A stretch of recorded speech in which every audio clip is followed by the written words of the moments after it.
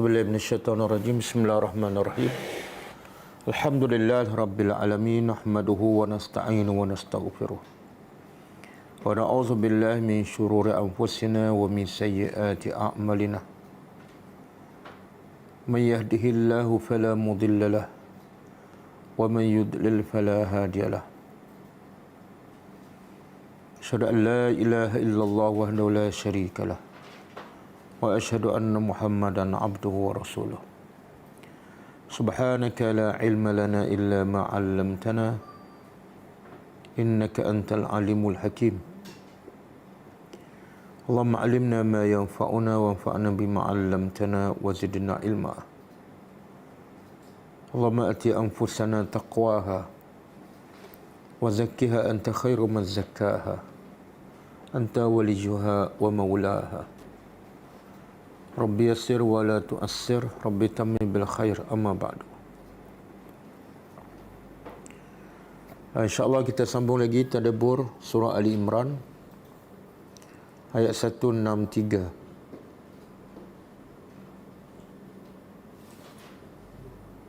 Sebelum tu kita tengok pengajaran ayat yang lepas, ayat semalam, ayat 160 dan 162. Ayat 160 dan 161.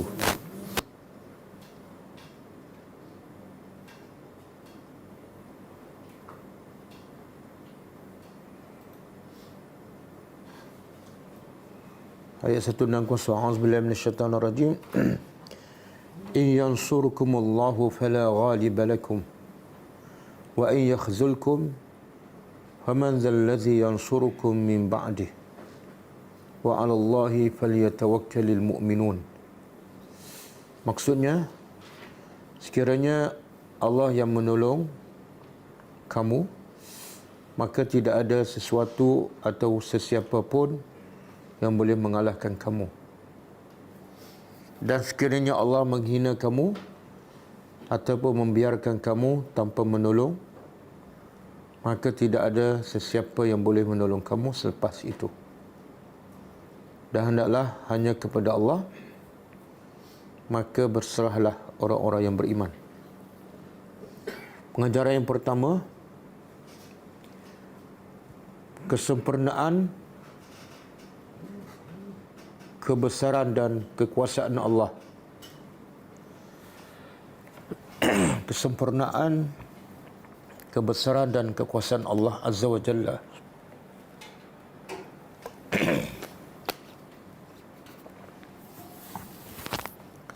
Sehingga tidak ada sesiapa pun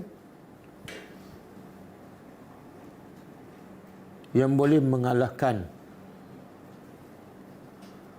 siapa yang telah diberi kemenangan oleh Allah.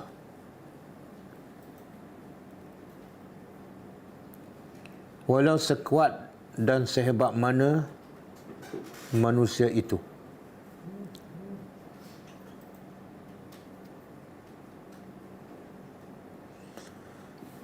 Yang kedua, wajib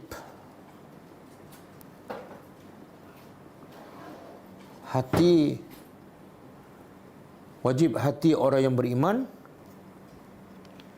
bergantung dan berserah hanya kepada Allah sahaja,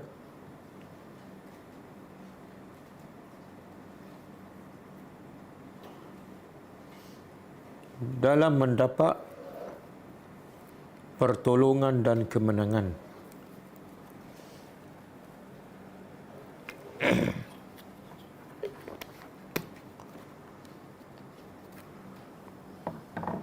Kerana kemenangan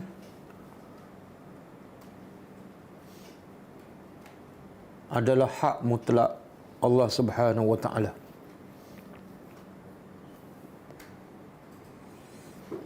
Yang ketiga,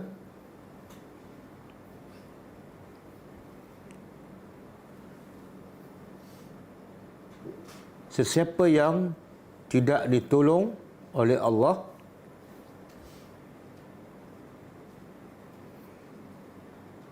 pastilah dia tidak akan menang dan dia akan hina.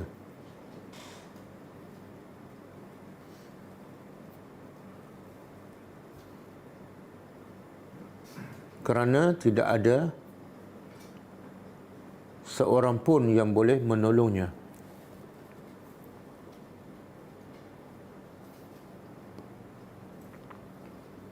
Yang keempat, syarat untuk mendapat pertolongan dan kemenangan daripada Allah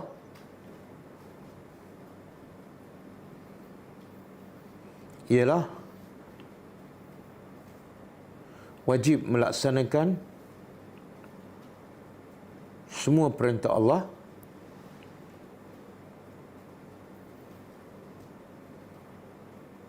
dan berusaha semampu yang mungkin untuk menegakkan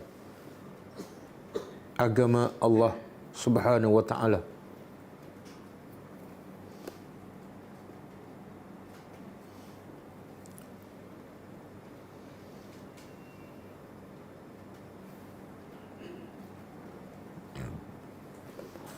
Yang kelima, tawakal kepada Allah adalah antara sifat utama orang yang beriman.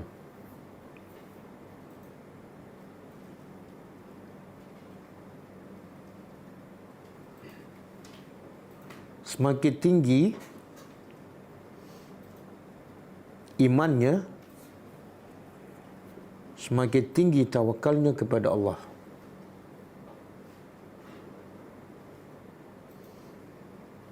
Dan sebaliknya, semakin lemah iman seseorang,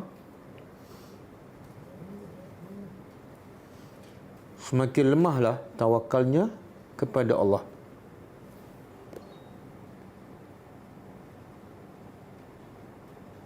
Yang keenam, wajib berusaha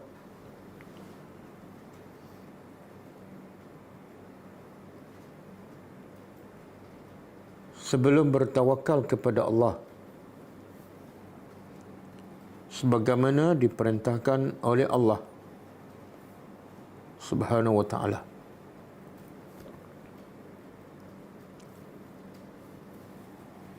Ke ayat seterusnya, ayat 161. A'udzubillahi minasyaitonir rajim. Wa ma kana linabiyyin an yaghulla wa man yaghlul ya'ti bima ghalla yaumal qiyamah thumma tuwaffa kullu nafsin ma kasabat wa hum la yuzlamun.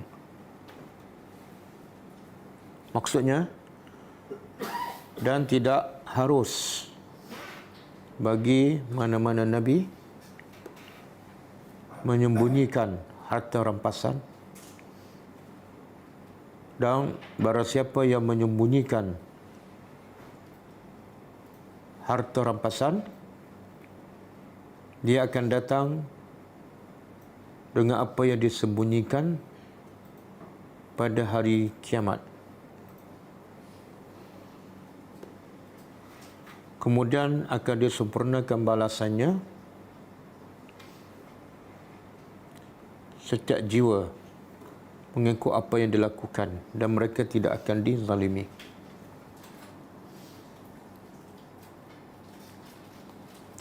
Pengajarannya, pertama,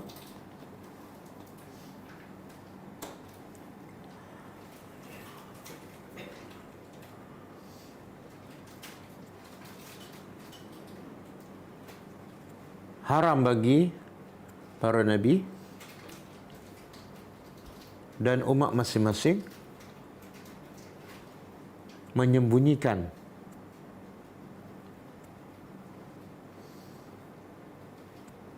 apa yang Allah turunkan kepada mereka.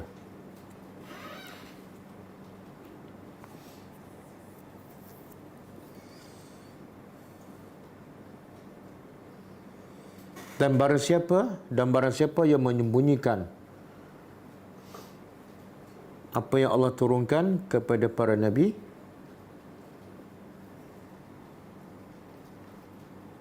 dia akan dilaknat oleh Allah dan oleh semua para pelaknat.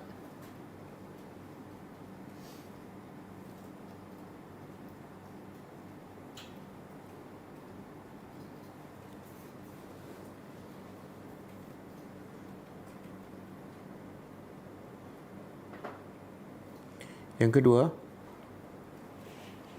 haram menyembunyikan atau mengambil harta rampasan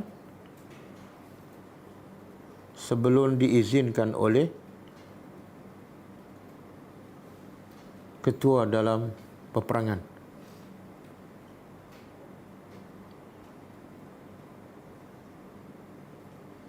Dan sesiapa yang mengambilnya, dia telah melakukan dosa besar.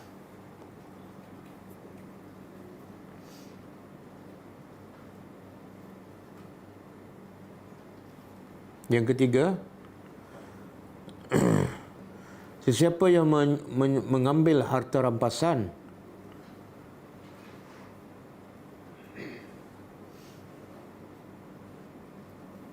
sebelum diagihkan kepadanya, dia akan dibakar dalam neraka dengan harta yang dirampasnya itu.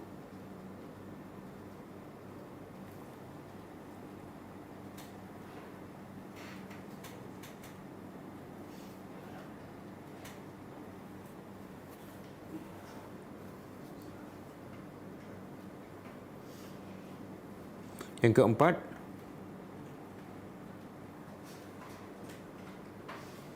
balasan adalah dari jenis amalan seseorang. Balasan adalah dari jenis amalan seseorang semasa di dunia. Yang kelima, kekuasaan dan kehebatan Allah Azza wa Jalla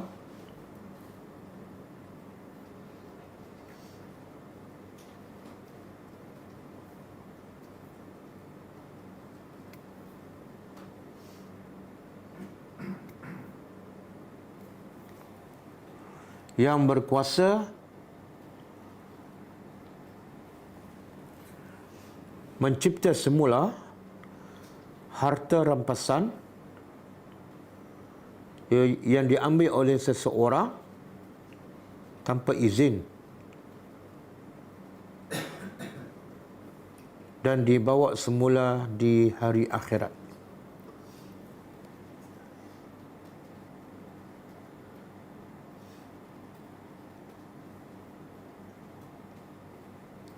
Yang ke-7, yang ke-6, setiap amalan yang dilakukan oleh seseorang akan dibalas dengan sempurna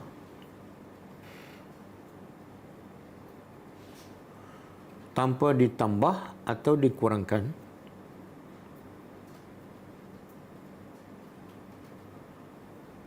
sama ada yang baik ataupun yang buruk.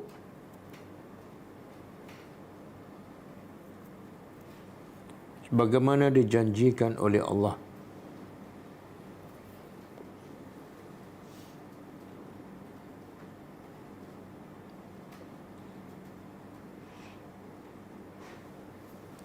Yang ke-7, tidak ada seorang pun yang akan dizalimi oleh Allah pada hari akhirat.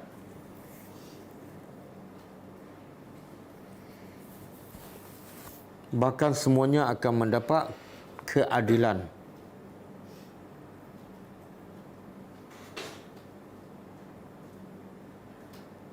Daripada Allah. Okey, habis kita sambung tadabbur.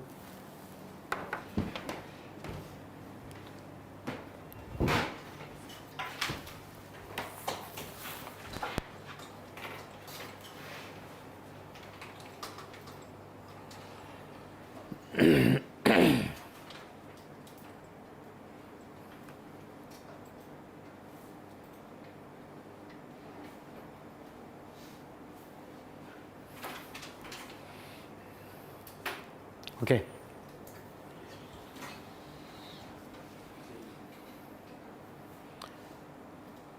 Student yang live ni boleh komen background okey ke tak?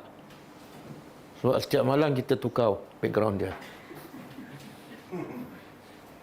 Okey, ayat 162 kaitan dengan ayat yang lepas.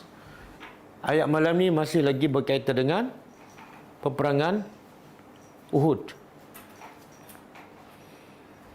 Jadi kalau ayat yang lepas, ayat yang semalam, Allah menceritakan tentang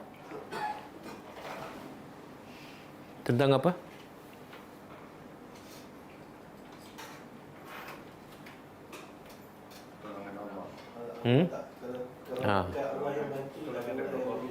Bila Allah tolong, tidak ada siapa yang boleh mengalahkan. Dan bila Allah kalahkan, tidak ada siapa yang boleh menolong. Maknanya kalau Allah nak bagi menang tentera Islam seperti dalam peperangan Badar, maka tak ada siapa boleh kalahkan walaupun tentera Islam hanya sedikit. Tapi bila tentera Islam melakukan kesalahan dan Allah nak bagi mereka kalah, maka tidak ada siapa yang boleh menangkan mereka walaupun mereka adalah tentera Islam, orang beriman. Kan? Maka ayat malam ini menyimpulkan tentang matlamat hidup manusia. Apa sebenarnya yang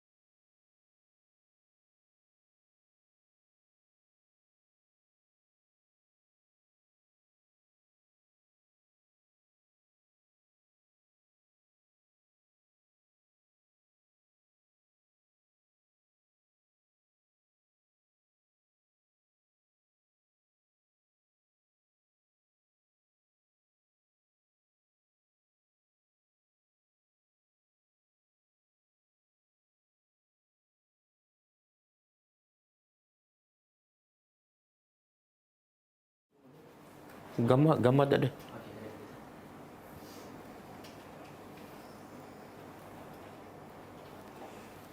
Okey. Ayat ini bermula dengan huruf istifham. Apakah?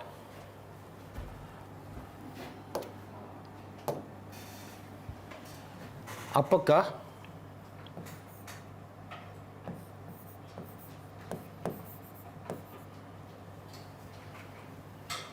Fa maka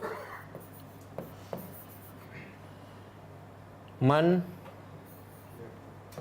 siapa ataupun orang yang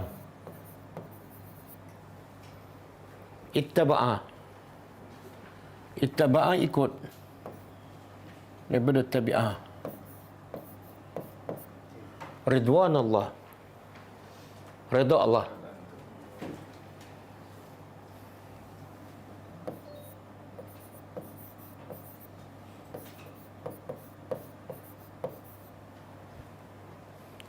Apa maksud? Siapa yang ikut redha Allah? Macam mana kita nak ikut redha Allah? Iaitu kita ikut apa yang Allah redha. Maka ikutlah redha Allah. Ikut apa saja yang Allah redha dari segi perkataan, perbuatan dan niat. Semua yang kita buat tu yang Allah redha. Sebenarnya kita telah mengikut apa ni redha Allah. Macam mana kita nak tahu yang ni Allah redha, yang ni Allah murka? Macam mana nak tahu? Ha? Ialah macam mana? Tak ada buat Al-Quran dah. Sebab semua yang Allah reda, Allah sebut dalam Al-Quran. Semua yang Allah murka, Allah sebut dalam Quran. Sebab itulah mustahil kita boleh buat apa yang Allah reda dan kita boleh elak apa yang Allah murka kalau kita tak faham Al-Quran. Okey, adakah maka orang yang mengikut apa yang Allah reda sama seperti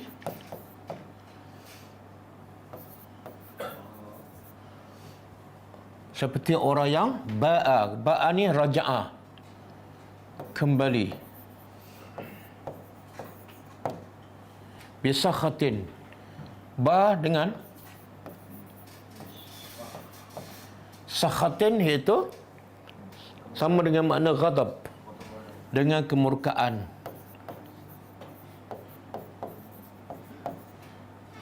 Minallah, dari Allah.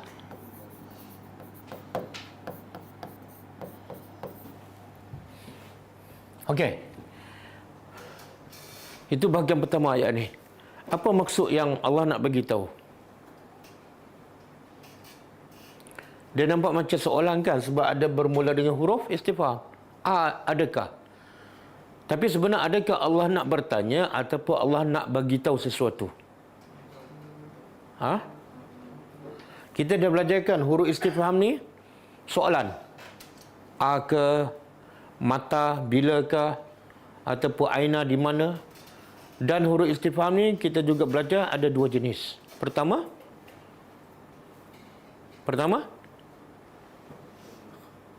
tak ingat dah?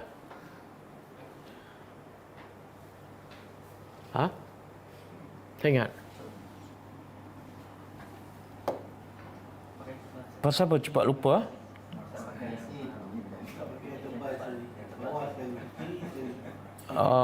Nak warna biru. Istifham.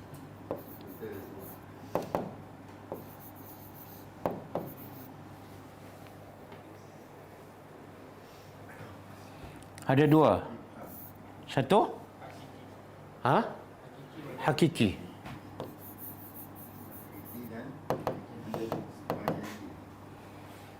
Kalau dia tak ingat pun paling kurang dia ingat berapa kali saya tertulis kat sini. Yang kedua, majazi. Okey, istifham hakiki ialah hakikat lah. Hakikat soalan nak apa sebenar? Apa khabar? Nak jawapan je. Nak maklumat kan? Semalam tak ada, pergi mana kan? Okey. Yang kedua, istifham yang kedua ialah majazi. Dia bukan hakikat, dia bukan nak jawapan. Bukan nak maklumat, tapi nak sama ada nak perli, nak mencela, nak menegaskan. Kan aku dah cakap, ada tak soalan? Ada tak? Saya nak tanya ke saya nak buat apa? Nak menegaskan. Okey. Sekarang soalan di sini untuk apa ni?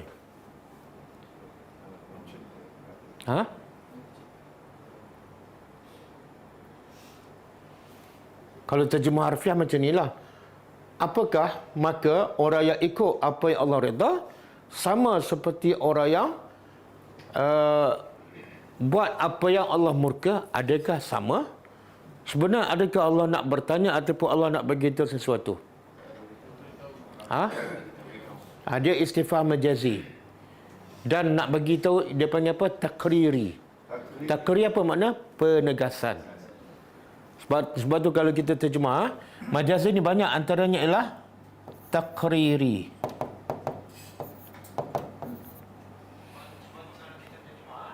Takrir, penegasan.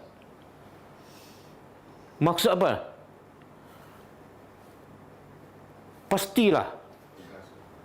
Pastilah orang yang ikut apa yang Allah redha tak sama dengan orang yang buat apa yang Allah murka.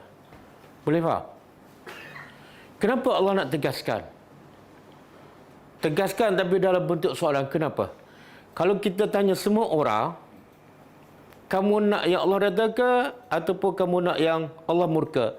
Biasa dia akan jawab apa? Semua sepakat. Jawapan sama. Maknanya seolah jawapan semua kita tahu. Kalau kita dah tahu, kenapa Allah tanya benda yang boleh kata semua orang Islam tahu? Faham soalan saya? Ha? Bila Allah bertanya yang sepatutnya semua orang dah tahu, mesti ada sesuatu, iaitu Allah nak bagi tahu, mulut kamu cakap kamu nak apa yang Allah redha, tapi perbuatan kamu buat yang tak sama dengan kamu cakap. Betul tak? Realiti kebanyakan manusia dia buat apa yang Allah suka ke ataupun yang dia suka. Betul? Tapi kalau tanya dia, kamu shopping hari ni kerana Allah ke kenapa? Dia jawab apa? Kerana Allah, Ustaz. Saya keluar rumah baca doa, tahu tak? Ha.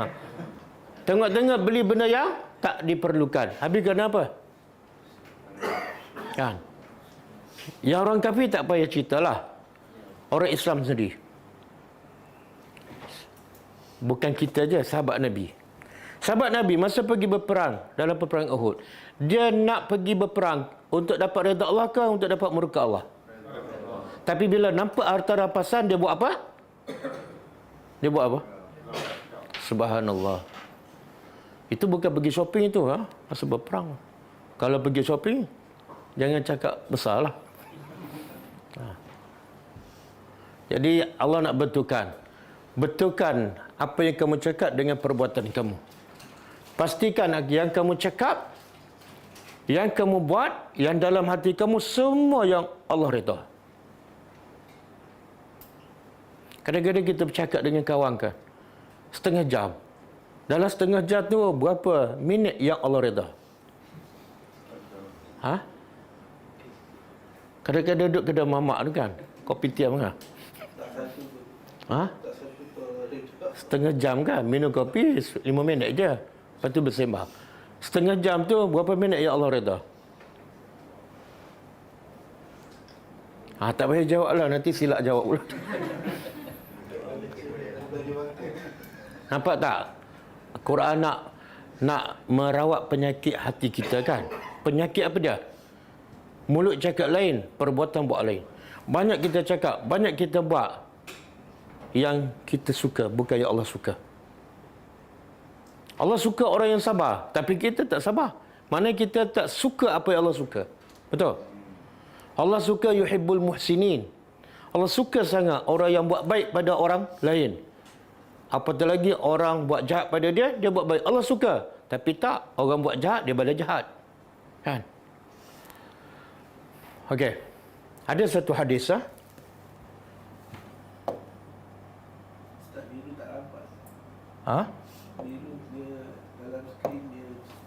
Oh, tak nampak Tak nampak kita padam. Saya nak test je, sebab banyak sangat warna, kita test semua.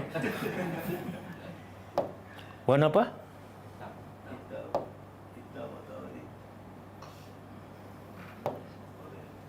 Tebal lah. Okey, satu hadis sabda Nabi SAW. Tak nampak? Tak apa, kita banyak pilihan. Merah? Dia bukan nak garang ni, nak terang. Ha?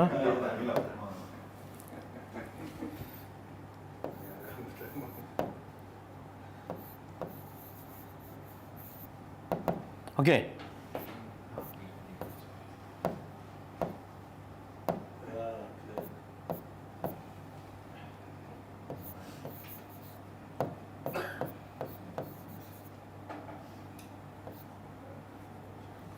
Tulis sini, pergi ke lain. Siapa?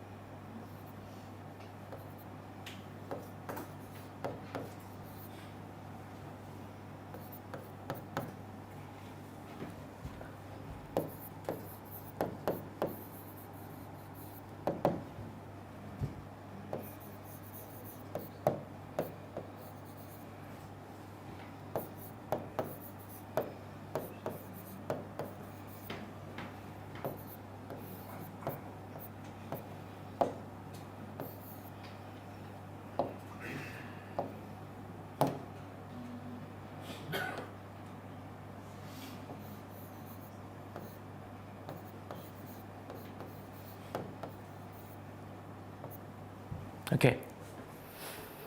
Hadis sahih riwayat Tirmizi daripada Aisyah radhiyallahu anha. Cuba kita terjemah. Man, siapa? Iltamasa, mencari redha Allah. Siapa dalam hidup dia cari redha Allah. Bisa khatin nas, sakhat, marah. Walaupun orang tak suka pada dia, orang benci, tapi sebab dia nak cari redha Allah, dia buat je. Apa dia dapat? Kafahu mu'natun nas. Allah mencukupkan kepadanya pertolongan manusia. Apa makna? Dia tak perlu langsung pertolongan dan bantuan manusia, sebab semua Allah bantu. Bila tu?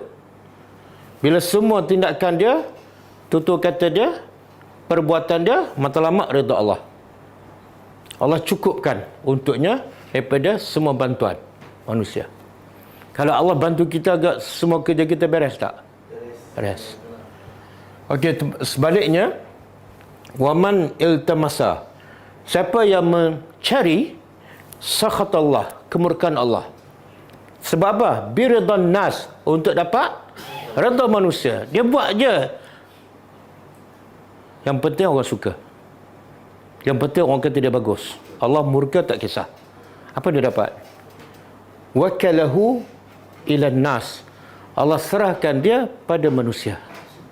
Allah kata, kalau bahasa kita benda, lantak kamulah. Kalau bahasa kasar, aku serah pada manusia. Kamu nak manusia kan? Apa masalah? Cari manusia. Aku tak nak ambil tahu. Bahaya tak orang macam ni? Oh.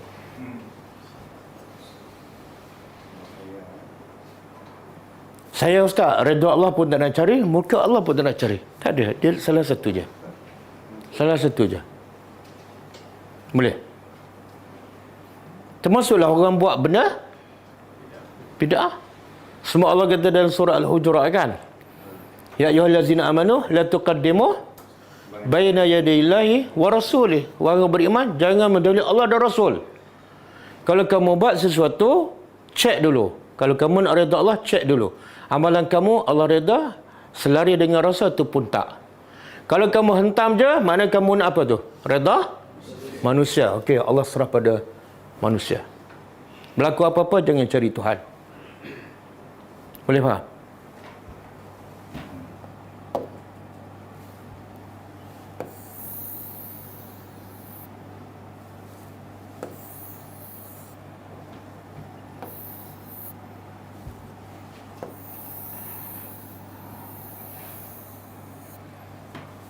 Sebab itulah, bila seseorang hidup dia matlamat juga redha Allah. Dia duduk kat mana pun tak ada masalah. Walaupun tak ada elektrik, tak ada rumah, tak ada suami, tak ada anak. Betul kan? Selesai masalah sebab Allah tolong, Allah bantu. Tapi bila manusia matlamat cari redha manusia, semua ada tapi bermasalah. Anak ada, rumah ada, harta ada, pangkat ada, tetap bermasalah. Sebab manusia tak boleh selesai masalah manusia. Okey. Kemudian lagi parah, siapa yang mencari kemurkaan Allah ataupun buat sesuatu yang Allah murka, lagi parah di akhirat besok pada wa ma'wahu, dan nak hitam ke merah? Dan tempatnya, ma'wa ni sebenar apa makna dia? Tempat tinggal ataupun tempat kembali. Marja'. Tempat kembali, lebih tepat. Tempat kembalinya ialah neraka Jahannam. Tengok terjemahan. Jahannam dia terjemah apa? Neraka pun ada, Jahannam pun ada. Kan? Dan Jahannam lah kan? Tempatnya ialah neraka ataupun Jahannam je. Jahannam tu nama neraka. Jahannam nama neraka. Tapi dapat ke Piramli dia tulis tajuk filem 6 Jahannam. Tapi yang masuk neraka bukan 6 orang je, ramai ya. Okey, apa makna Jahannam? Jahanam ni dalam, yang kedua gelap. Dalam mana ni? Neraka tu dalam mana? Sebab syurga atas, atau pada langit ketujuh kan, neraka bawah. Bawah tu, dalam tu sampai ke mana? Okey, dalam satu hadis riwayat Ahmad, riwayat Imam Ahmad daripada Abu Hurairah radhiyallahu anhu. Dia kata satu hari kami duduk bersama Rasulullah SAW. Tiba-tiba kami dengar satu bunyi yang kuat, dentuman yang kuat. Nabi pun tanya sahabat, kamu tahu tak bunyi apa tu? Sahabat kata, Allah wa Rasulullah alam.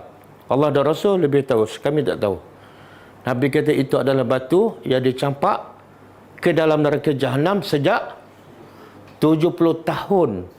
Yang tadi baru sampai ke dasarnya. Jadi berapa dalam? 70 tahun ke dalam. Ha? Masuk neraka yang dalam, lepas tu gelap. Ha? Dan dalam surah Al-A'raf ayat 41. Cuba tengok. Surah Al-A'raf ayat 41.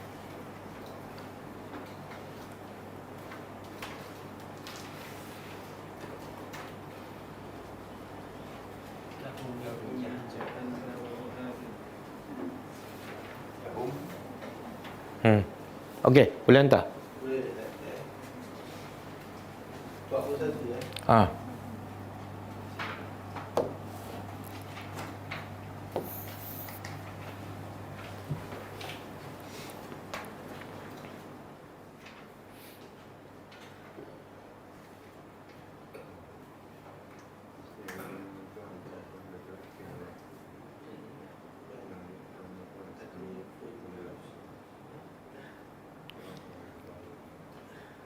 Tapi baca terjemah boleh faham? Boleh faham? Apa Allah cakap? Lahum, bagi mereka, penghuni neraka Jahanam tu apa dia? Ha? Mihad. Mihad apa mana? Alam naj'alil arda mihada, hamparan.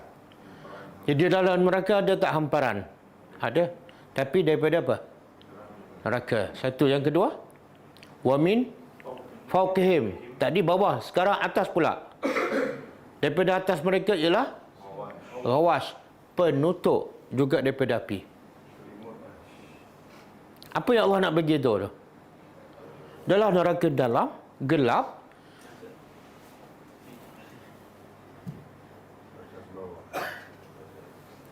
Dalam, gelap. Kemudian, hamparan dia pula, api. Atas pula, dia tutup pula dengan api. Makna seolah Allah nak beritahu, atas, bawah, kanan, kiri, depan, belakang, semua api.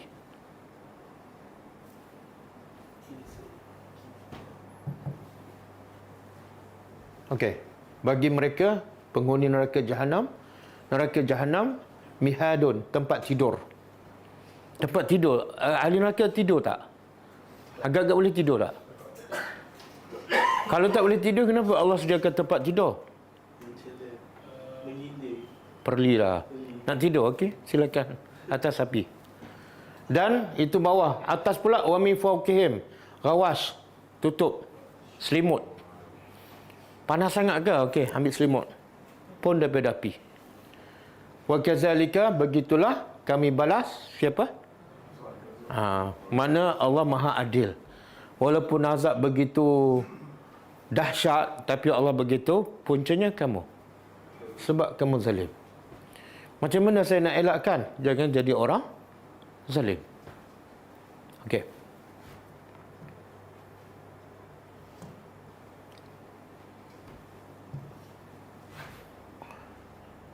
Jadi tempat. Di sini Allah kata makwa tu. Sebenarnya bila Allah sebut makwa, Allah nak beritahu apa? Allah tak kata siapa yang hidup dia mencari kemurkaan Allah, dia akan masuk neraka. Allah tak kata dia akan masuk, tapi Allah kata tempat kembali. Sebenarnya Allah nak beritahu apa? Tempat kembali makna itulah rumah dia. Saya kembali ke rumah saya. Makna saya, lepas tu saya tak pergi ke mana lah. Kekal dalam neraka. Kekal. Orang tanya alamat rumah kamu tinggal kat mana? Nombor 5, U8 tinggal menaik neraka jahanam. Dan ini juga bagi amaran orang yang suka berpacaran. Yang suka bermakwa kan? Makwa. Siapa yang suka bermakwa, ingatlah ayat ni. Kalau takut pada ayat ni, kahwin terus. Okey, wa bi'sa. Bi'sa pada seburuk-buruk al-masir, tempat kembali. Ini ayat ni Allah nak beritahu apa ni? Allah nak mencela neraka jahanam. Adalah tempat dahsyat, panas, selimut, pelapit, semua neraka jahanam. Kemudian satu lagi azab. Azab dari segi mental. Iaitu tempat yang Allah cela. Inilah, kalau kamu kata kat dunia ada tempat yang paling teruk sekali kan? Tak, bukan paling teruk. Sebenarnya yang paling teruk ialah neraka jahanam. Maknanya ada lagi tak tempat yang lebih teruk daripada neraka jahanam? Ada? Tak ada. Okey. Kemudian Allah kata, mereka darajat bertingkat-tingkat.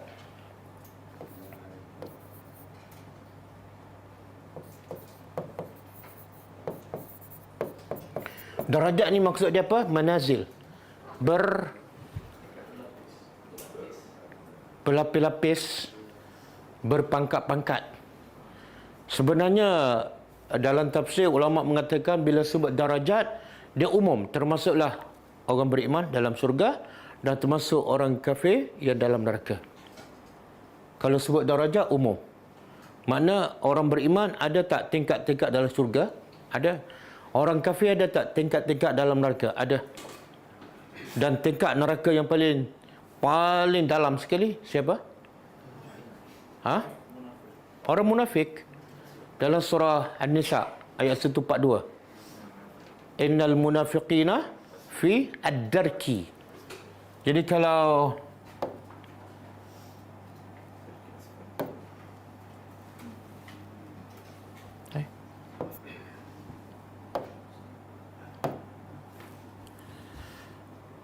ad-darki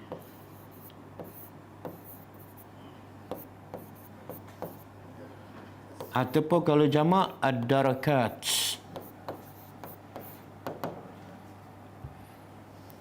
Ini pangkat-pangkat kedudukan bagi ahli neraka. Tapi kalau orang beriman dalam syurga dia panggil ad-daraj ataupun jamak darajat. Ataupun satu lagi manazil, manzilah.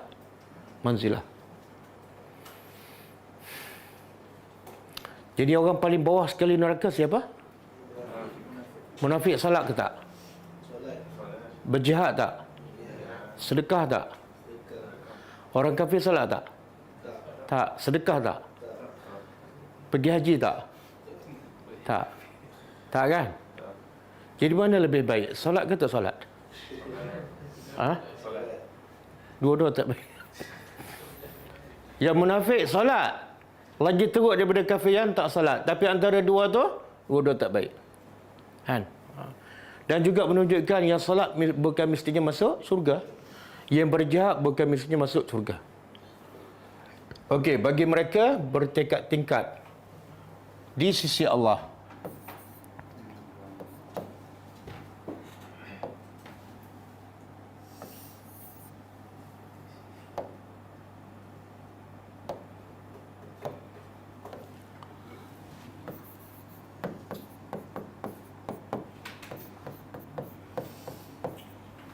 Wallahu dan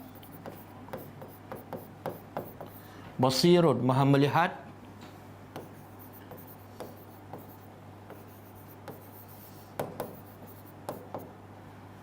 jadi dia sebelum ini tak ada terjemahan. Ada student kata kenapa tak tunjuk terjemahan, sebab tulisan saya kadang-kadang tak jelaskan, macam tulisan doktor tulis ubat kan, tak tahu ubat apa dia kan. Jadi malam ni kita bagi dua-dua. Yang terjemah pun ada, yang saya tulis pun ada. Pilihlah nak yang mana. Maka Allah Maha melihat dengan apa yang ya'malun mereka kerjakan.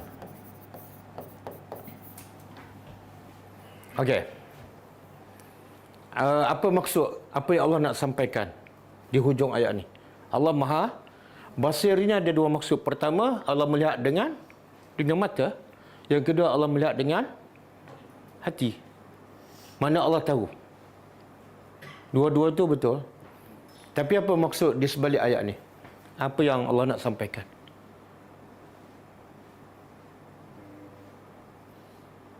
Kalau Allah basir, iaitu Allah tahu dalam hati kamu, mana Allah nak, betul kan ya?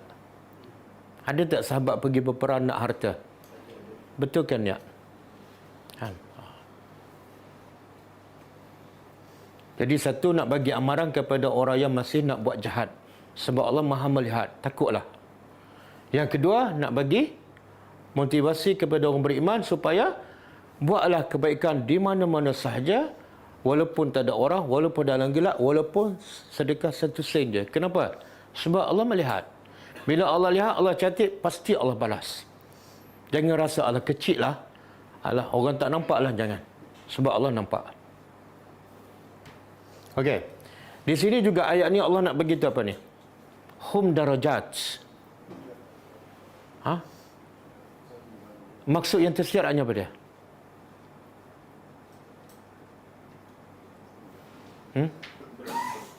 Apa dia? Apa dia? Subhanallah. Manusia keluar pagi balik petang, keluar pagi balik petang, daripada muda sampai ke tua. Sebenarnya dia nak apa? Bila dia kerja untuk dia, sebenarnya dia nak apa? Nak darajat kan? Betul? Nak naik pangkat, nak dapat gelaran, nak suruh orang kata terbaik, betul tak? Sampai ke tua, sampai macam-macam penyakit datang. Sebab nak kejar darajat. Tapi akhirnya darajat yang dia kejar, dia tinggalkan. Yang Allah nak bagi ni darajat yang kekal abadi. Dan tak penat, tak letih, tak sakit, tak demam, tak tua, tak mati. Tapi berapa ramai yang berlomba. Betul? Kalau buat solat, lewat je. Kalau buat solat sunat, ringkas je. Kalau buat sedekah, sikit je. Kalau solat witir 5, 7, 9, dia pilih yang 1. Tapi kalau buat dunia, habis pukul 5, sambung lagi. OT kan? Sebab apa? Darajat. Kenapa? Kalau yang sementara kamu sanggup berkorban segala-gala sampai ketua, sampai beruban, kenapa untuk darjah yang kekal abadi, kenapa tak bersungguh-sungguh? Cerdik ke bodoh? Bodoh kan? Sebab tu Allah kata, fastabikul. Tengok macam mana Abu Bakar. Abu Bakar dia jamin tak masuk syurga? Dia jamin tak? Bahkan Nabi kata, darjah syurga Abu Bakar macam kita nampak bintang, dan syurga yang bawah pada Abu Bakar macam kita kat bumi. Jarak begitu jauh. Tapi dalam keadaan syurga Abu Bakar terbaik, tertinggi, dia masih berlomba tak untuk berebut darajat. Ya.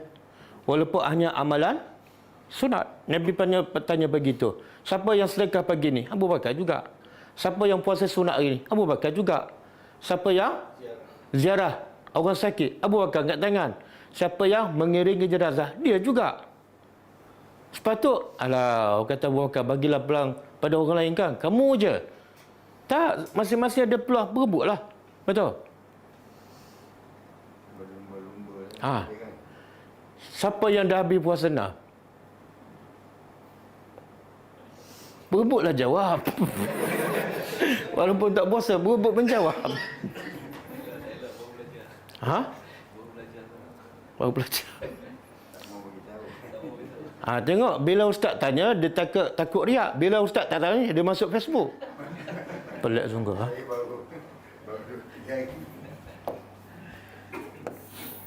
Cuba buka surah Rum ayat 44.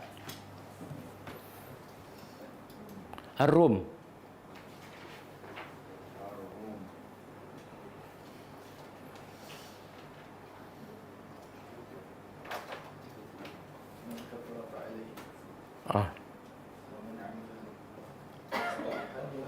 44.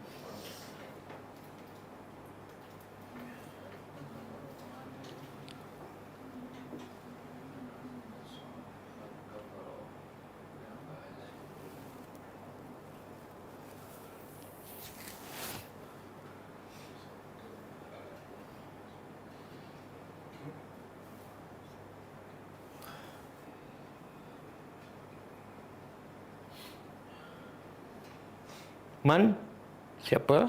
Kafara, kufur. Maka Allah bagi tahu akibatnya.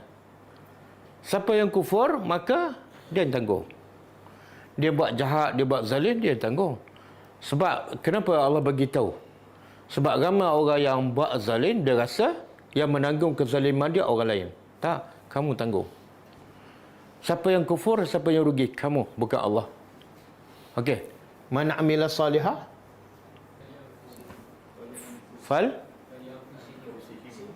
maka untuk satu untuk diri dia, yang kedua yamhadun. Apa makna yamhadun? Ni perkataan yamhadun.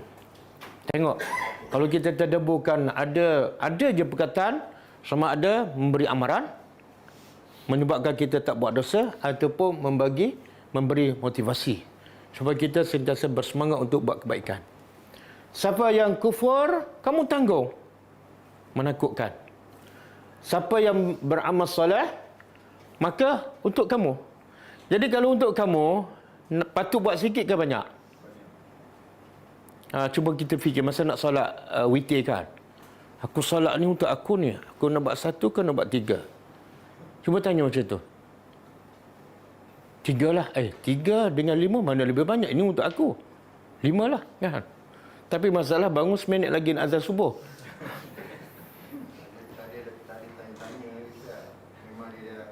Sebab tu tak tanya tu lah. Sebab tu buat 1 je daripada dulu sampai sekarang. Dia kena motivasi diri sendiri. Okey, apa makna yamhadun? Subhanallah. Satu, dia buat apa saja kebaikan untuk diri dia, bukan untuk orang lain. Dia akan dapat keuntungan. Yang kedua, amal soleh yang dibuat itu sebenar dalam usaha proses untuk dia menaikkan darjat yang lebih tinggi.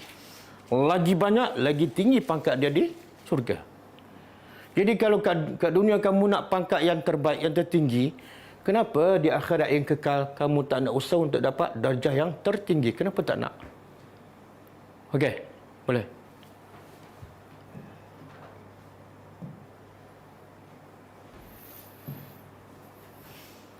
Kita pergi pada ayat seterusnya. Laqad. Bila sebut laqad, kata Syekh Saleh Utsaimin, Allah tegaskan dengan 3 penegasan. 1, wallahi.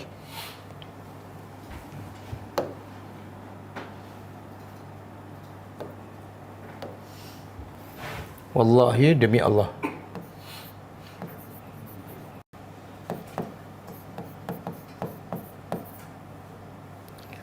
Yang kedua, lam, pasti. Yang ketiga, sesungguhnya. Apa faedahnya? Sampai Allah guna 3 penegasan. Demi Allah, pasti, sesungguhnya. Apa faedah? Mana apa yang Allah nak cerita lepas ni sangat-sangat penting dan besar. Kalau tak, Allah tak guna 3 penegasan. Mana apa dia? Allah telah memberi kurnia, anugerah. Telah memberi anugerah oleh siapa ni? Allah sebut Allah kan, sebab manusia ni dia nak tahu nilai anugerah hebat ataupun biasa-biasa je. Macam mana cara dia nak tahu? Tengok siapa bagi. Kalau sultan palsu bagi kan. Jadi sekarang yang bagi Allah sebut siapa? Allah. Maka anugerah ni pastilah besar dan hebat. Apa dia? Dan Allah kata anugerah ini ala kepada al-mu'minin, orang-orang yang beriman. Kan?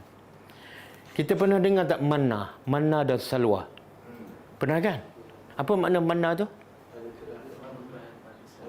Yalah yang Allah bagi pada Bani Israel. Apa manna tu?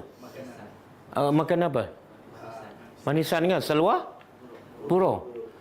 Tapi sebenarnya manna yang diterjemah manisan tu sebenarnya asal daripada perkataan apa? Daripada perkataan inilah. Minnatun. Kalau masdar, minnatun. Ini fa'al ni. Perbuatan. Allah telah menganugerahkan. Kenapa manisan dipanggil manna? Sebab dia satu anugerah istimewa oleh Allah kepada Bani Israel. Apa yang istimewa? Tak payah bercucuk tanam. Tak payah bekerja. Tak payah berusaha. Bangun pagi, turun. Itu dipanggil anugerah. Macam kita dapat gaji setiap akhir bulan. Anugerah ke apa? Bos kita kata, ini anugerah syarikat saya pada kamu setiap bulan. Kita kata apa? Ya betul bos ni kan. Aku pernah bekerja macam nak mati, dia kata anugerah. Jadi anugerah ni bukan kerana usaha kita. Okey, Allah telah memberi anugerah kepada orang yang beriman. Apa dia anugerah? Apa anugerah itu? Ketika mana ba'asa dia telah mengutuskan fihim pada mereka. Mereka ni balik pada siapa? Orang beriman. Allah utuskan apa ni? Rasul, seorang rasul. Allah guna perkataan ba'asa. Ba'asa apa makna? Sebenarnya ba'asa ni membangkitkan. Sebab tu kalau hari kebangkitan dia panggil Yaumul Ba'si. Kan? Iaitu orang yang dah mati dibangkitkan. Tapi sekarang, kenapa Allah guna perkataan ba'sa dalam proses mengutuskan Rasul? Sepatutnya Allah guna perkataan apa? Arsalah. Kan? Iz arsala fihim rasulah. Kenapa guna ba'asa? Sedangkan ba'asa ni diguna kepada kebangkitan orang yang mati kepada yang hidup. Dia asalnya manusia biasa, Allah bangkit angkat dia derajat. Bukan. Sebelum Nabi diutuskan, manusia sebenarnya mati. Mati apa? Hati. Jadi seolah dengan Rasul datang tu sebenarnya nak menghidup semula hati-hati manusia yang telah mati. Betul tak orang Mekah mati? Mati. Lepas tu Nabi kata, masalul ladzi yazkurullah wal ladzi la yazkurullah kamasalil hayyi wal mayyit. Perumpamaan orang yang sentiasa berzikir pada Allah dan orang yang tak berzikir sama seperti orang hidup dan orang mati. Siapa yang tak berzikir pada Allah pagi tak, lepas solat tak, Nabi kata dia seumpama orang yang mati. Orang yang hidup yang mana? Yang mulut dia sentiasa basah dengan zikrullah. Okey. Ketika mana Allah mengutuskan di kalangan orang beriman seorang Rasul. Dan Rasul pula, anugerah Allah tu, satu Rasul. Yang kedua, min anfusihim. Rasul tu pula dari kalangan anfusihim. Apa makna? Kalangan golongan mereka ataupun kaum mereka. Kenapa Allah sebut? Makna Rasul diutuskan daripada kalangan kaum mereka sendiri. Kenapa Allah sebut? Apa yang istimewa? Apa kelebihan kalau diutuskan Rasul daripada luar? Maknanya kalau Allah utuskan Nabi daripada bukan orang Quraisy, katalah orang Jepun kan, apa jadi orang Mekah? Dia terima ke tolak? Bila dia tolak, musibah besar tak pada orang Mekah. Jadi Allah tak nak musibah besar pada orang Mekah. Dia tolak sebab Nabi bukan bangsa mereka. Maka Allah utus Nabi itu daripada, itu pun satu nikmat. Betul kan? Macam kita lah, Perdana Menteri daripada Jepun. Jadi Perdana Malaysia boleh terima tak?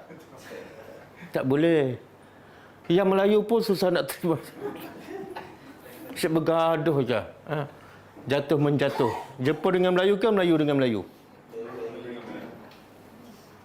Okey. Di sini kenapa Allah sebut nikmat ataupun anugerah Allah kepada orang beriman, iaitu diutuskan Rasul. Saya nak tanya, Rasul ni sebenarnya diutus pada orang beriman sahaja ataupun pada semua manusia? Ha? Sepatut ayat ni macam mana? Laqad manallahu ala an-nas. Betul kan? Kenapa al-mu'min ni? Ada ayat, wa ma arsalnaka illa rahmatan lil alamin. Tidak kami utuskan engkau Muhammad melainkan rahmat untuk sekalian alam, termasuk orang kafir. Tiba-tiba di sini Allah kata anugerah kepada orang beriman. Kenapa? Saya nak tanya, apa makna anugerah? Bila orang bagi anugerah pada kita, kita rasa apa? Gembira kan? Ada tak anugerah yang kita tak gembira? Tak ada kan? Makna apa tu? Yang gembira dengan kedatangan Rasul hanya orang beriman je. Yang lain tak gembira sebab dia tak rasa itu anugerah. Maka dia sebenarnya tak beriman. Kalau kamu tak seronok dengan Nabi, kamu bukan beriman dah. Bila dia baca hadis Nabi, alah, tak ada benda lain ke? Dia bukan orang beriman. Boleh faham? Sebab itulah kita sebagai orang beriman kena rasa Nabi adalah satu anugerah besar Allah kepada kita. Dengan hadis Nabi seronok je. Dan begitulah sahabat Nabi kalau nak cari satu hadis dia buat apa? Nak cari satu hadis je. Apa dia buat?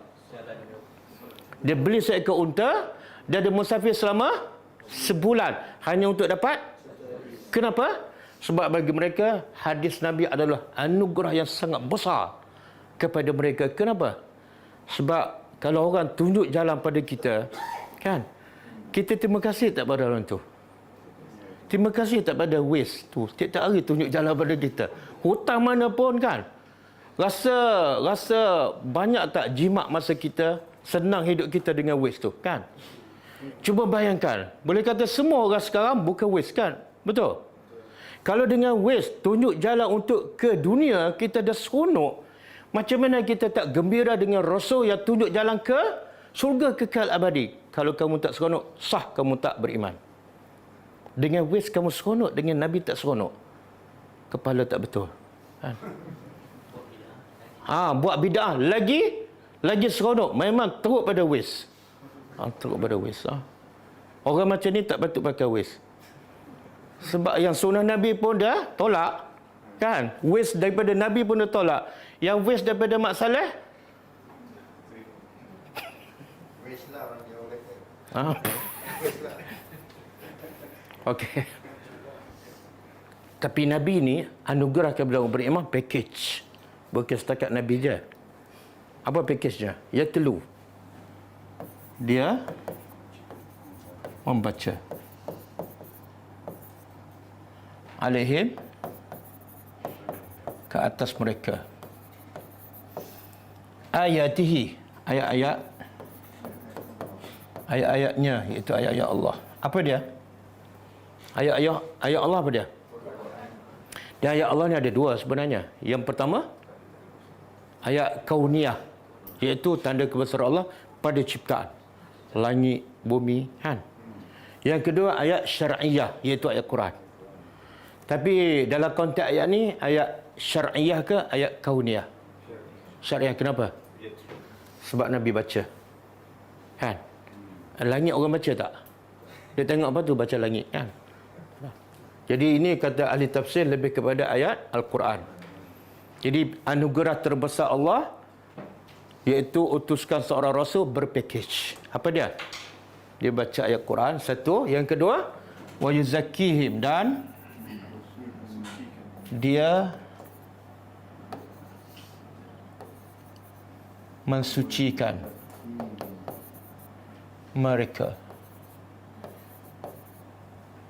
Sucikan mereka. Nabi sucikan mereka. Suci dari sudut apa ni? Tazkiyah ni ada dua lah. Tazkiyah. Yuzaki fa'al. Kalau isim dia, tazkiyah. Penyucian. Ada dua. Satu, hissiyan. Hissiyan. Yang kedua, ma'nawiyan. Ada masalah. Satu, penyucian dari segi hissiyan, iaitu fizikal. Betul tak Nabi ajar kita cara berwuduk? Itu bersih dari segi hissiyan. Nabi ajar kita bila berhadas besar, mandi. Nabi ajar kita sentiasa bersih fizikal, badan, tempat tinggal kan. Tazkiyah hissiyan. Dan lebih penting daripada itu, tazkiyah maknawiyan, iaitu Nabi bersihkan akidah orang-orang musyrikin Mekah daripada apa? Syirik, kejahilan, riak, ragu-ragu pada Allah. Semua sifat-sifat mazmumah. Ini peranan utama Nabi, yang kerana inilah dikira sebagai satu anugerah yang terbesar kepada orang beriman. Kemudian apa lagi Nabi buat? Wa yu'allimuhum. Dan dia mengajar mereka Alkitab.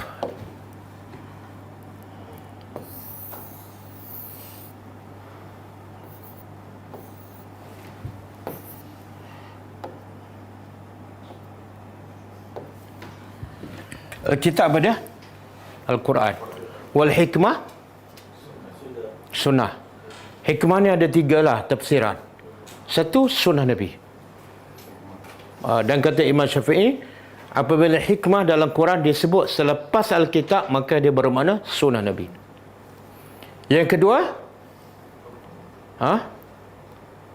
hikmah ialah rahsia-rahsia hukum hakam yang ada dalam Quran.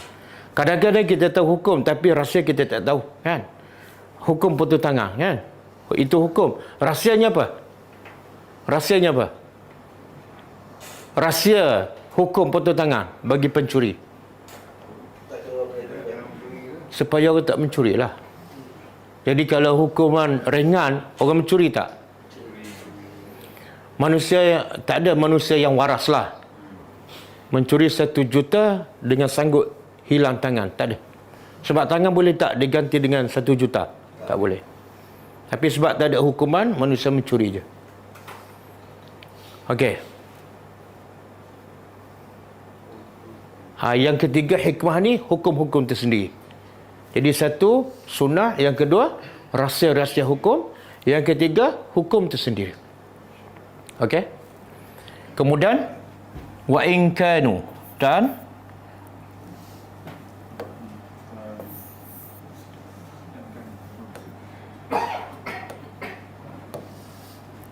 sedangkan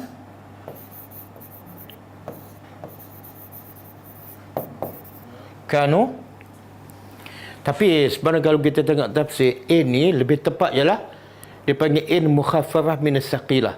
Asal dia inna. Bila inna bermakna sesungguhnya.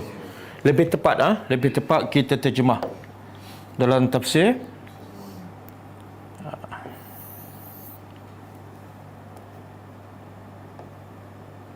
Dan sesungguhnya. Kanu adalah mereka, min qablu, dari sebelum itu. Sebelum apa ni? Sebelum Nabi diutuskan. Apa keadaan orang beriman sebelum Nabi diutuskan? Lam ni ahli tafsir kata inna, ini sebenarnya daripada inna. Apa dalil? Ada lam. Dipanggil lam ni harfu taukid. Kalau lam di sini asalnya ialah inna. Contoh ayat surah Wal Asri. Innal insana la fi. Jadi asalnya inna. Pasti dalam dalal, kesesatan yang nyata. Okey. Sekarang anugerah terbesar kepada orang beriman apa dia? Rasul, dan pakejnya apa? Quran dan Sunnah. Kenapa ini adalah anugerah terbesar? Sebab sebelum datang Rasul, mereka sesat yang nyata. Bila sesatnya nyata, bila mati ke mana mereka? Neraka dan kekal abadi kan. Hamparannya api, selimutnya api, neraka pula paling dalam. Tiba-tiba Nabi tunjuk jalan mereka, terlepas daripada neraka, masuk syurga. Besar tak anugerah itu? Cuba bayangkan kalau ada Quran saja, Nabi tak diutuskan. Jadi tak anugerah besar bagi kita dengan Quran saja? Tak. Macam mana kita nak salat? Kalau Nabi tak ajar salu kama ra'aitumuni, kita tak tahu nak sembah Allah macam mana. Cara puasa, cara nak keluarkan zakat, betul kan? Jadi Nabi ni sangat-sangat besar anugerah, tapi hanya untuk orang beriman je. Siapa yang beriman, percaya pada Nabi, dia ikut 100% sunnah Nabi, dia akan gembira. Tapi siapa yang campur aduk, sunnah Nabi pun ikut, bid'ah pun ikut, orang macam ni sebenar, bila dia beramal dengan sunnah Nabi, dia tak gembira. Dia tak rasa itu anugerah. Buktinya apa? Yang Nabi pun ikut, yang lain pun. Jadi seolah yang lain dengan Nabi itu sama-sama anugerah, bukan? Ya Allah kata anugerah ialah yang daripada Nabi sahaja. Okey. Okey, benda yang penting dalam ayat ni apa dia?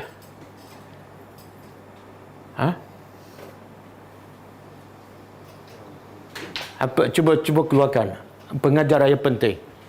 Kalau tak boleh keluarkan 1, 2 ke 3 ke? Sangat-sangat penting ni.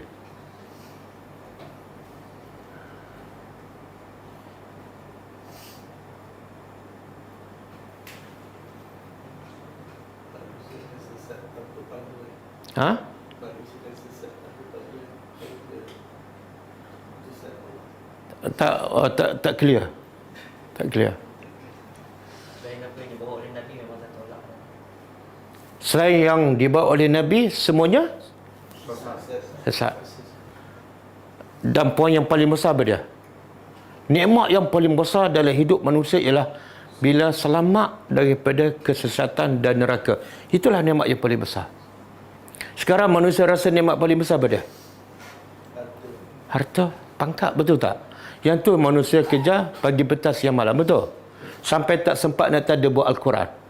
Dia lupa Quran lah nikmat yang paling besar. Sebab apa? Dengan Quran dia tahu mana hak, mana batil. Mana yang Allah redha, mana yang Allah murka.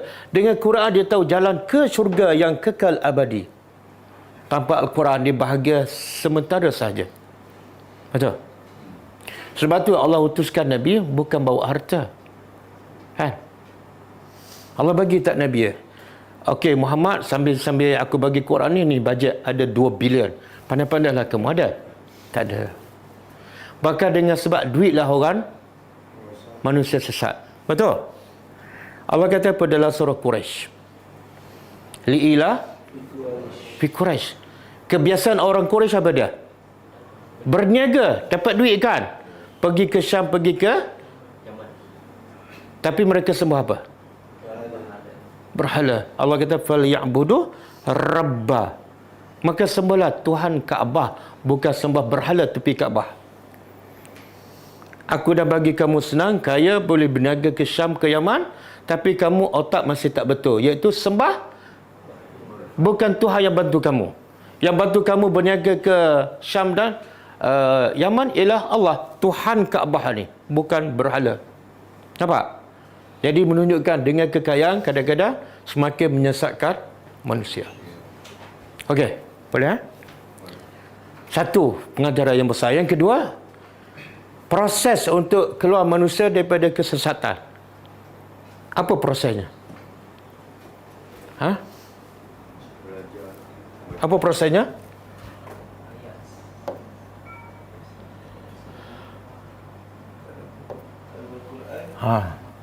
Satu, yatlu, baca. Dan dalam bahasa Arab bila sebut baca mesti ada tiga unsur. Satu, baca dari segi lafaz, mana betul tajwidnya, makhrajnya. Yang kedua, baca dari segi makna, fahamlah. Yang ketiga, baca dari segi hukum, iaitu amalkan. Okey. Ini proses pertama, baca, betulkan tajwid. Yang kedua, faham maksud. Yang ketiga, amalkan. Tapi tak cukup lagi. Ada lagi yuzakihim. Kemudian, ini yang kedua, yuzakihim. Yang ketiga, yu'allim. Kalau kita nak pecahkan, satu, tilawah. Yang kedua, oh tak nampak.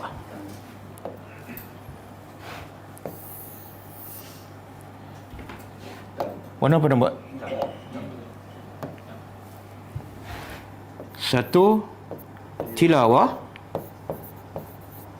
Dengan tiga tadi. Dua, tazkiyah. Yang ketiga, ta'lim. Ta'lim, iaitu mengajar Quran dan Sunnah. Dengan tiga cara ni, berjaya tak Nabi keluarkan masyarakat Arab daripada kesesatan? Berjaya? Ada tak dalam proses ni tahfiz? Ada? Ada tak dalam proses ni khatam? Ada tak dalam proses ni tarannum? Ada tak dalam proses ni tampal ayat Quran? Tak ada. Banyak orang kita buat yang Nabi tak buat. Sebab itulah yang buat bid'ah terus buat bid'ah, yang sesat terus dalam kesesatan. Sebab proses tak sama dengan yang Nabi buat. Boleh faham? Okey, tilawah dengan ta'lim sama tak? Apa beza dia? Tilawah daripada sendiri. Tilawah dia baca, dia faham, dia amal. Tapi tugas Nabi bukan untuk diri sendiri. Tugas Nabi ialah untuk rahmatan lil alamin. Nabi pun mengajar. Boleh faham? Sebab tu dakwah berkembang tak zaman Rasulullah. Sebab ada tiga proses ni. Okey, masyarakat kita biasa dia buat proses apa dia? Yang mana satu? Tilawah pun tak lengkap. Itu pun tilawah dari segi apa? Lafaz sahaja. Makna kebanyakan tak faham. Amal kebanyakan bercanggah. Nombor dua, nombor tiga. Okey. Satu lagi, antara tazkiyah dengan ta'lim. Tazkiyah apa tadi? Bersih fizikalnya. Yang kedua, bersih hati kan? Dengan mengajar isi kandungan Al-Quran dengan sunnah. Yang mana patut dahulukan? Bersih dulu baru mengajar, ke mengajar dulu baru bersih? Bersih dulu. Betul? Macam mana tu?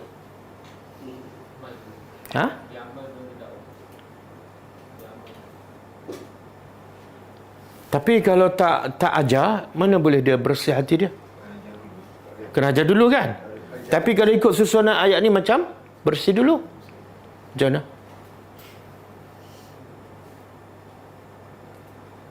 Bersihkan niat dululah. Okey. Susunan dia betul. Ada satu pendapat susunan dia betul dah. Sebab dia ada satu konsep dalam bahasa Arab dipanggil at-takhliyah qabla tahliyah. Bersihkan dulu sebelum masuk. Contoh gelas yang kosong, kotor. Kita nak masuk air bersih. Macam mana nak pastikan air bersih tetap bersih bila dimasuk dalam gelas yang kotor? Tazkiyah dulu gelas tu. Bila tazkiyah barulah air tu dimasukkan tetap jadi bersih. Boleh faham? Jadi kalau kita pergi taklim dalam keadaan hati kita masih cinta dunia, masih cinta nafsu, tak masuk ilmu. Nampak tak? Jadi susunan ni pun betul. Tapi kalau nak terbalikkan, taklim dulu baru tazkiyah. Betul tak? Taklim dulu baru tazkiyah. Betul ke salah? Ada dalil? Ada dalil. Buka surah Baqarah 129. Kalau surah Baqarah 129, taklim dulu baru tazkiyah. Surah Baqarah 129.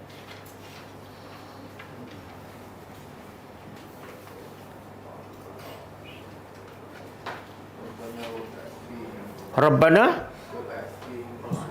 wa ba'as fihim rasula Yatlu alaihim ayatihi, kemudian wa yu'allimuhumul kitab, kemudian wal hikmah wa yuzakkihim. Tengok ini doa Nabi Ibrahim lepas bina Kaabah. Tengok, Nabi Ibrahim ni seorang Nabi yang prihatin. Dia bukan nak dia dan anak dia selamat, tapi dia nak generasi akan datang pun selamat. Ini doa dia untuk penduduk Mekah di masa akan datang. Dia tahu manusia tak akan selamat kecuali Rabbana wa ba'ats fihim. Wahai Tuhan, utuslah untuk penduduk Mekah ni seorang Rasul. Apa tugas Rasul? Ada Rasul pula daripada kalangan mereka. Apa tugas Rasul? Baca. Oh, nak tulis tak boleh? Boleh? Boleh tak pakai tu? Dekat kanan tu. Kanan tu Ni. di bawah ni. Oh, ni. Okey, satu. Mana tadi? Ya, telu. Membaca ke atas mereka, itu penduduk Mekah, ayat-ayat engkau. Kata Nabi Ibrahim. Yang kedua, wa yu'allimuhumul kitab. Yang kedua, taklim. Yang ketiga, wa yuzakkihim. Nampak? Mana dulu? Taklim dulu ke tazkiyah dulu? Taklim. Tak sama dengan surah Ali Imran tadi kan? Jadi yang mana betul? Sebab dua-dua ayat Quran. Tapi kenapa dalam surah Ali Imran Allah dahulukan tazkiyah, dalam surah Baqarah Allah dahulukan taklim? Perasan tak sebelum ni masa kita baca dah? Tak perasan? Masa khatam tak perasan? Tak perasan. Okey, malam ni perasan kan? Okey, bagi tu apa sebab? Sebab dia tak seorang rasul. Sama. Ayat surah Al-Imran pun Allah kata, anugerah besar orang beriman, Allah utuskan Rasul.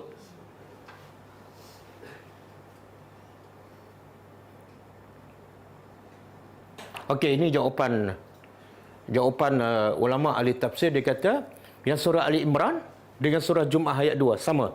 Iaitu Allah dahulukan tazkiyah daripada taklim. Sebab dua-dua tu surah Ali Imran dengan surah Jum'ah, dua-dua ayat Allah. Dan Allah turun masa tu orang Mekah syirik. Bila syirik, nak bersihkan hati, nak ajak Al-Quran, kena tazkiyah dulu. Faham? Yang ni kata-kata siapa ni? Bukan kata-kata Allah. Dan masa Nabi Ibrahim berdoa, orang Mekah syirik tak? Tak ada orang lagi. Boleh faham tak? Jadi ikut tertib, ikut proses biasa. Boleh faham? Dan yang penutupnya ialah, saya nak bagi tahu berulang kalilah. Selagi kita tak belajar Al-Quran, ikut cara yang Nabi ajar, kita tak akan dapat mengubah siapa saja. Sama ada anak kita, pelajar-pelajar kita, masyarakat kita, pemimpin, mustahil manusia dapat berubah menjadi lebih baik. Mustahil. Sebab apa? Anugerah yang terbesar yang Allah utuskan ialah satu Rasul. Yang kedua, cara Rasul ialah tilawah, tazkiyah, taklim. Dan proses taklim Quran dan Sunnah tak berlaku dalam masyarakat kita. Betul? Sebab tu 23 tahun fokus Nabi yang paling utama Quran, Sunnah. Quran, Sunnah, betul tak? Yang tu je masuk dalam kepala para sahabat. Bersihlah. Tapi kita kadang-kadang belajar Quran setelah masuk apa dalam kepala kita? Dah masuk dunia dah berkarat biru apa semua hijau kan. Baru nak belajar. Lepas tu budak-budak pula kadang-kadang belajar juga tadabbur. Tapi dalam belajar tadabbur, macam-macam dia belajar benda yang lain. Jadi tak masuk sepenuhnya. Proses tazkiyah tak berlaku sebelum dia belajar Quran. Dalam kepala ada niat nak dunia. Dalam kepala ada niat cinta dunia. Dalam kepala ada cinta pangkat dunia. Tiba-tiba masa tu dia belajar tadabbur Al-Quran. Tak masuk. Boleh faham? Jadi saya nak ingatkan diri saya dan semua, inilah nikmat yang paling besar kalau kamu orang beriman. Iaitu dapat keluar daripada kesesatan. Dapat keluar daripada perkara-perkara bid'ah. Dan dapat menuju apa yang Allah redha, insya-Allah. Dan benda ni tak mungkin berlaku melainkan silibusnya Quran dan Sunnah, metodnya tilawah, tazkiyah dan taklim.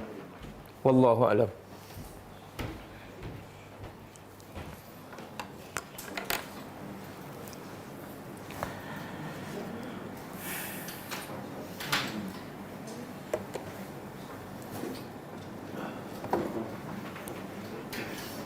Okey, sebab waktu dah lewat, kita tak sempat baca buku ni. InsyaAllah kita jumpa lagi malam besok. Dan kita tutup dengan membaca tasbih kafarah. Subhanakallahumma wa bihamdika asyhadu an la ilaha illa anta astaghfiruka wa atubu ilaik. Assalamualaikum warahmatullahi wabarakatuh. كتاب الله ترق جنانه وتنام